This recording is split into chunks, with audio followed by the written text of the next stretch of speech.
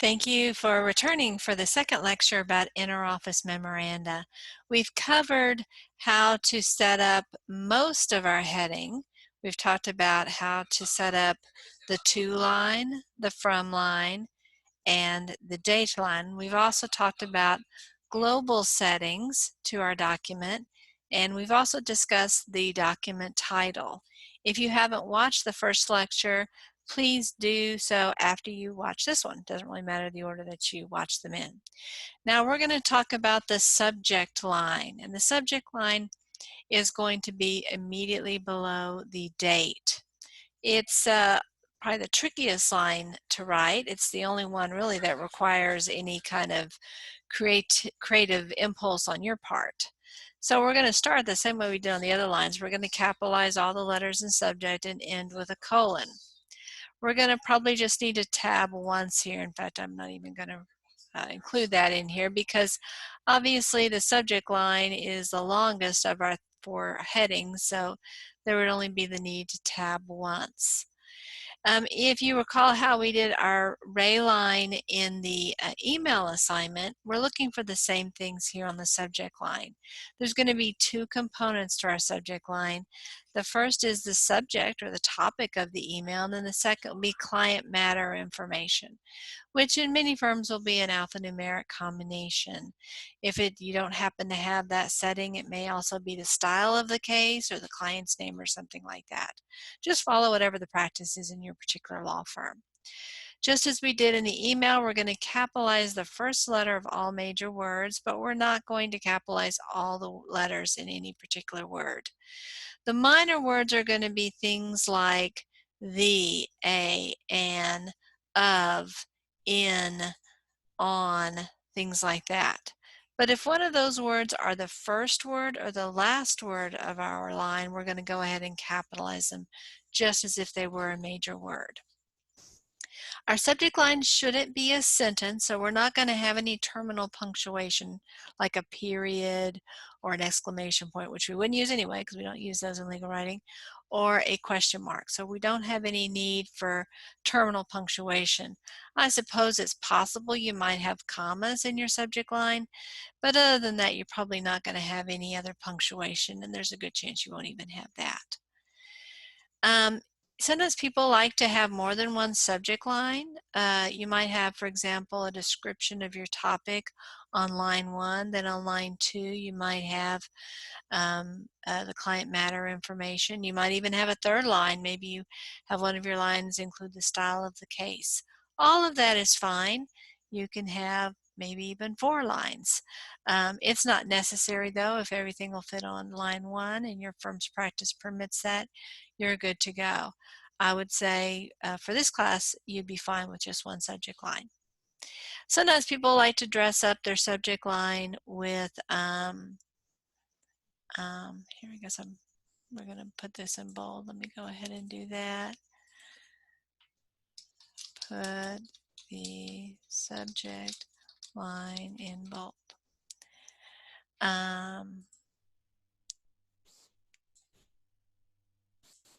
Okay, so you can put a line underneath the subject line. There's also different ways of doing this. Some firms do this routinely, some firms don't. It's your call whether you want to include that or not. But it's not necessary. I'm going to go ahead and put on the subject line. And you can see as I do tab, there's just the tiniest tab in the world. You can just see it's almost like a tiny little triangle. If you have something that small, you could do another tab. Obviously, that means you're going to have to tab out the rest of the content of the information. If you're not sure whether you actually have a tab sign or not, what you can do is you can backspace, and you can see my tab start showing up. I'm going to leave it like that, but again, it would be fine if you were to do another tab. So this is really the first part of our document that requires a little bit of creativity. We're actually describing what the subject is. So what you don't want to do is you don't want the subject of your line to be the case name. In this case, we're talking about that there's some lawsuit that maybe Bob Peterson is a party to. So let's say Bob Peterson in this lawsuit is suing Larry Smith. So the style is Peterson v. Smith. That would make a poor subject because a lawsuit has lots of different moving pieces. It's very unlikely that in an interoffice memorandum you're discussing all aspects of the case. That would be a tremendously long interoffice memorandum. You really just want to focus on the particular issue. Deposition details for Bob Peterson, and you could include the name of the case if you wanted to in Peterson v. Did I say Smith? Okay. And I'm going to italicize that.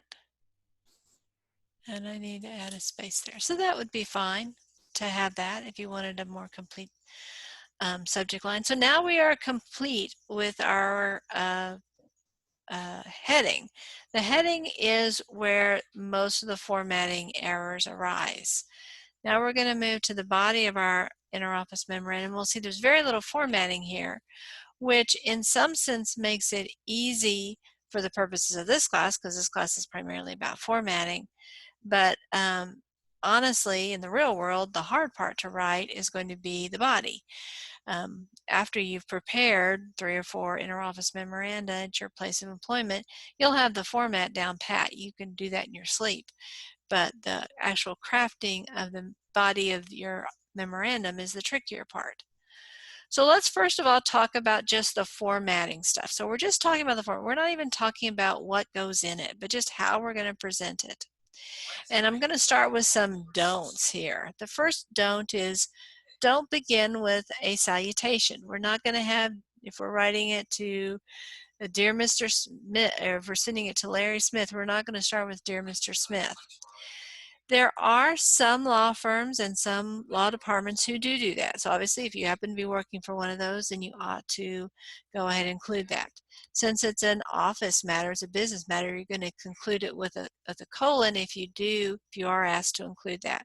But for this particular law firm, the one where you and I work, we don't put a salutation there. So go ahead and be sure not to include the salutation. In some sense, our heading box, the to box, performs the function of a salutation. The next thing I want to talk about is whether you're going to indent the first line of paragraphs.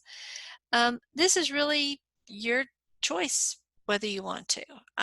In our firm, we do for emails not indent the first line of the paragraph. In part, it's because an email, even though we stress about it and we want it to sound great, we are trying to produce this pretty quickly. And so we usually aren't going to indent. Plus, most email systems don't have a tab key, or at least many don't. And so you don't have that option of tabbing it in. And of course, if you do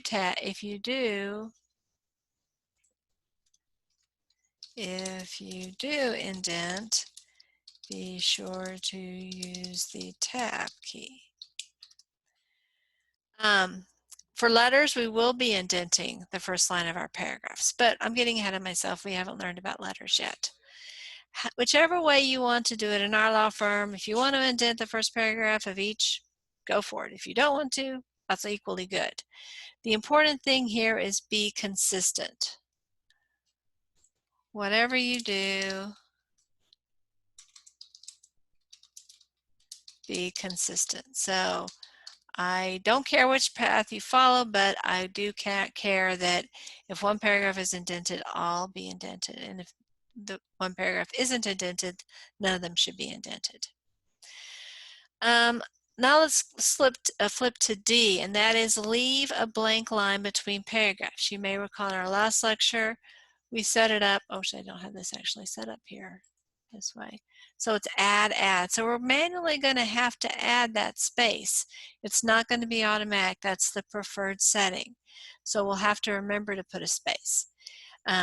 If you indent the paragraphs, you could probably get away without putting the blank space. But for us, our law firm says, no, you need to have a blank space. If you don't indent your paragraphs, you really need the blank space so that it's obvious to the reader where one paragraph begins and another paragraph ends. So whether you do indent the paragraphs or not, be sure to leave a blank space between the paragraphs. The final thing is, don't include a signature block in your legal memorandum. I'm sorry, this is in the legal memorandum, in your interoffice memorandum. We'll talk about signature blocks. Well, we talked about them with emails. We'll talk about them in letter and court filings. We actually have 3 different styles of signature blocks that we use. One for emails, one for letters, and one for court filings. But we don't have any signature block for an interoffice memorandum, so don't put it in, don't attempt any of those forms because we don't have one for this. Our law firm does not have a signature block. And that's a usual style. Most law firms don't use a signature block in this situation. You will find that there are some people who, well, I'll show that in a second. What I'm about to show, or what I will show you later on, is not a requirement for the memorandum. Okay, so let's go back and talk about our 2+2 mathematical rule. This is my little mnemonic for how to remember the paragraph and sentence rule. We have this rule for interoffice memoranda and for letters. We don't have this rule for emails. The 2+2 rule goes like this. Every paragraph except the last paragraph requires at least 2 sentences. So that's our first 2. We need to have 2 sentences. And each interoffice memorandum requires at least 2 paragraphs. That's our second 2. So we know we need at least a total of 3 sentences. Our first paragraph isn't our last paragraph, so our first paragraph needs to have 2 sentences. And we only need 2 paragraphs, so our last paragraph can get away with 1 sentence. So we need a total of 3 sentences in all of our letters. In all of our legal interoffice memorandum. That's the same rule for letters. So once you learn the 2+2, you're good to go either way. Now, of course, you can have a lot more than 2 sentences in a paragraph, and you can have a lot more than 2 paragraphs in your document. Plus, your final sentence can have 2 or more sentences. It's just okay if it has a single sentence. The reason that that single sentence can be a single sentence paragraph is that a lot of times it's kind of a throwaway thing like, call me if you have any questions, or it's been a pleasure working with you, or something like that. It's just kind of almost a closing, a goodbye type statement. And so it's fine to have more than 1 sentence in that paragraph, but it's not necessary. So these are the formatting things. Be sure to get all these down. Note especially the 2+2. Now we're going to talk about the substance of the body of the interoffice memo. Okay, I'm going to focus on the first 4 because these are ones, actually the first 4 and then also I. So the first 4 and I are the ones that I'm going to focus on because these are ones that we've already covered or are covering in this module. Okay, so we want our interoffice memorandum to be brief and to be easy for the reader to read. I mean, that's what we want really from all of our documents, but the bar here is pretty high in terms of we really want it to be brief and we really want it to be easy to read. It doesn't have to be quite as easy to read as our email, but it needs to be easier to read than a letter, or certainly easier to read than a court filing. So we need to think about sentence length. We want it to be on the short side, under 20 words. We want to have actually short letters, short words in it too. And we want our paragraphs to be relatively short. Now again, I'm not letting you have the 1-sentence paragraphs that we did in email. So the bar is raised a little bit in terms of complexity of thoughts and complexity of structure. But still, it's not all the way to a letter. So we have a little bit more flexibility. We're building towards that, obviously. So keep this in mind as you're preparing your document and reviewing it. How easy is it for the reader to just pick it up, glance at it, and be done with it? Let's now think about proofreading. We're going to just spend a second talking about how we proof a document in Word. There are several different ways of proofing, but I'm going to show you just the most straightforward one. I'm going to go up here. You see we're in Home now. I'm going to go over here to Review, and I'm going to do Spelling and Grammar.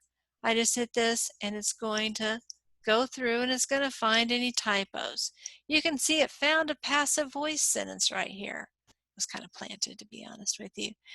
And so this tells you, hey, I can go ahead and fix that. It doesn't give me a suggestion, or actually does give me some suggestions, but not about this particular sentence, but it shows you some examples.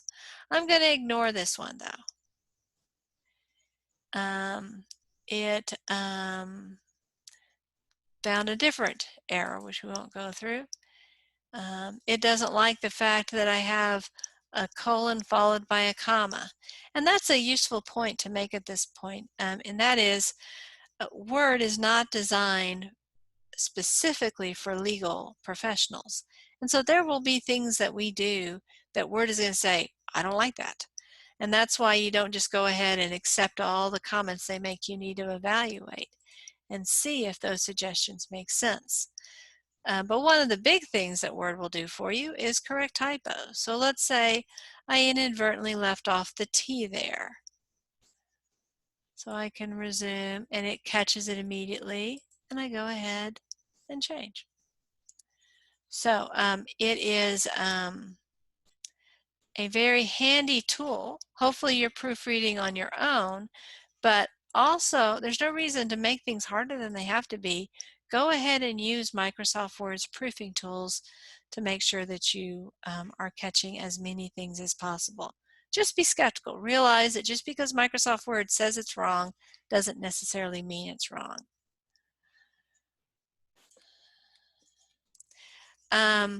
Don't use contractions. Again, a contraction is something like this. Isn't, you would make into is not.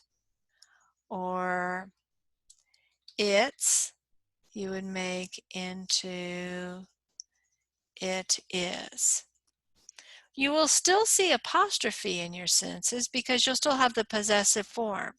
For example, Mary's purse is green is perfectly fine. This isn't a contraction.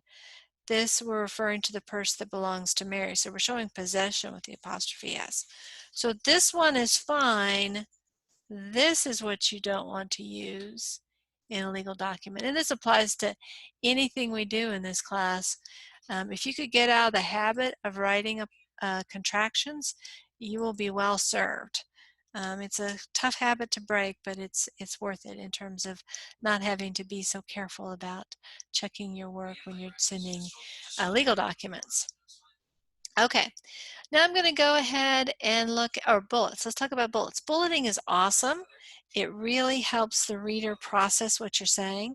Of course, you're going to want to use bullets on your most important material that you have in your interoffice memorandum or letter, or whatever you're using it for. I highly encourage you to use bullets where it's appropriate.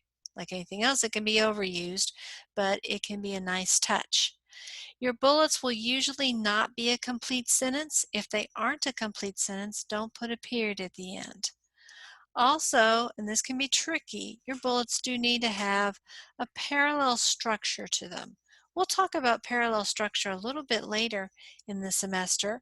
If you're not that familiar with what that term means, you're welcome to come to my office hours, or you can Google the term, or you can just avoid using bullets right now. But again, I don't want to discourage you from using bullets because they are super helpful in legal documents and any other documents that you might be preparing. I'm going to now go to I because you perhaps have already gone through the sentence fragment section in this module. If you have, awesome. You're already going to know what a sentence fragment is. If you haven't yet, here's a preview of coming attractions. A sentence fragment is a clause or phrase that is not a complete sentence, but it was punctuated as if it were one, usually with a period. They are not correct. Or sentence fragments are not correct. Oops. So you want to get rid of them. So I'm going to put a sentence fragment in this document so that Word can catch it.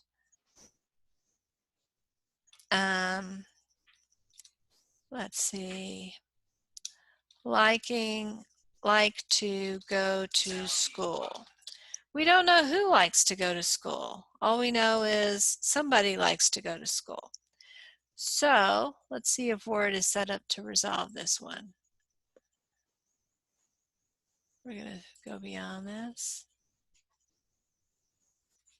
Maybe they aren't going to catch my sentence fragment. I may not have this version of Word set up to catch sentence fragments.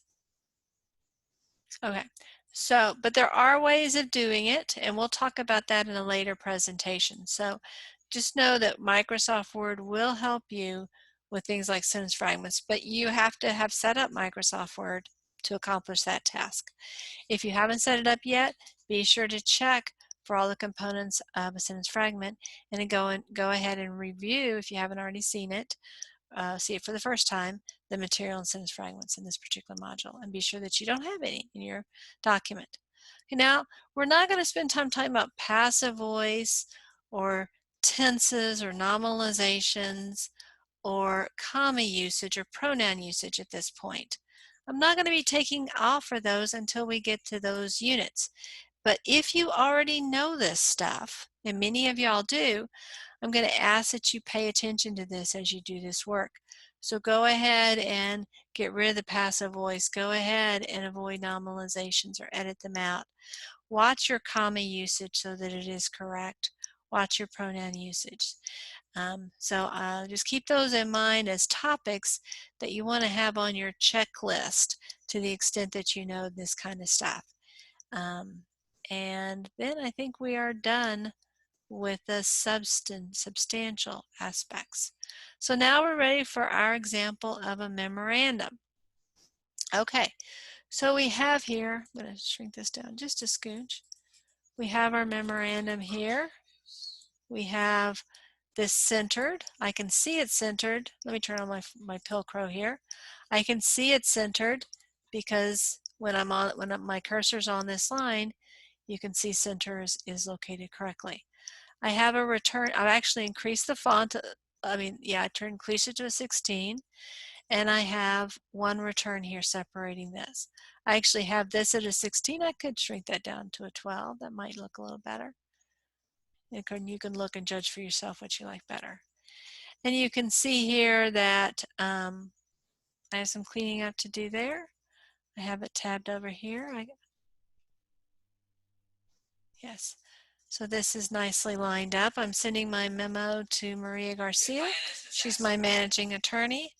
Or actually Bob is the paralegal who's sending it. We have Bob Patrick. He is comma, space. He's the paralegal. That's his title here. And we have the date. You can see it's in standard format, capital N for November, spelled out, space, the number, comma, the space, and the year. No TH here. We're not going to do this. Don't do that. And then we have our subject. Now, you can see that we have the petition of Susan Miller filed. I have client matter identification. I've also included the cause number here. But you can see how that didn't turn out so nicely, did it? So I'm going to tab it to the next line. I'm not going to put in parentheses, although you could. Oops, I'm going to tab it over so it lines up. And you can see how that lines up really nicely. If I were to attempt spacing, I'm never going to get it exactly right. I mean, would someone probably notice it's not perfectly lined up? Probably not. But not going to do that. Going to hit the tab button. It's just easier. And now I have some funky formatting here. I'm not quite sure what's going on here. So I'm going to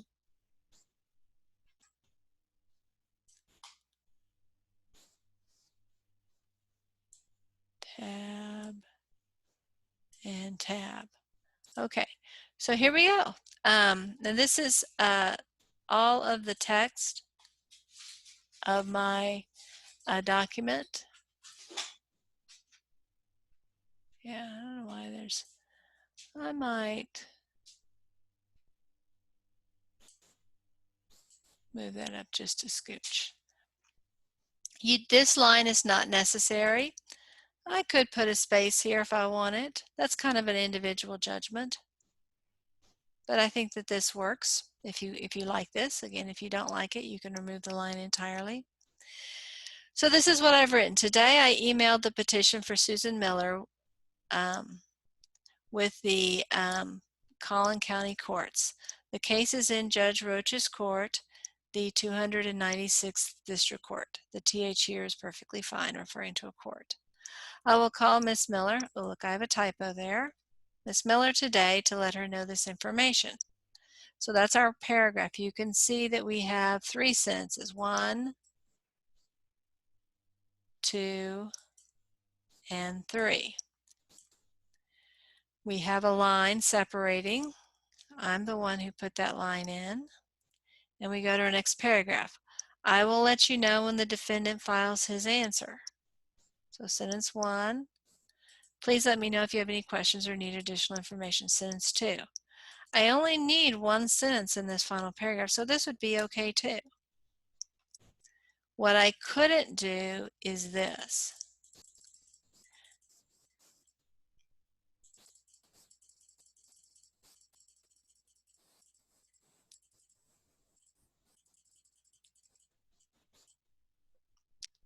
I couldn't have this because this doesn't work as its own paragraph because it's just 1 sentence and it's not the final sentence.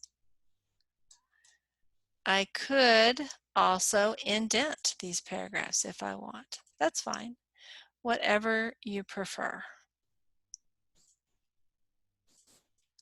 So we have a nice memorandum that is nicely formatted. I hope that this is helpful for you. Thank you for your attention and have a wonderful day.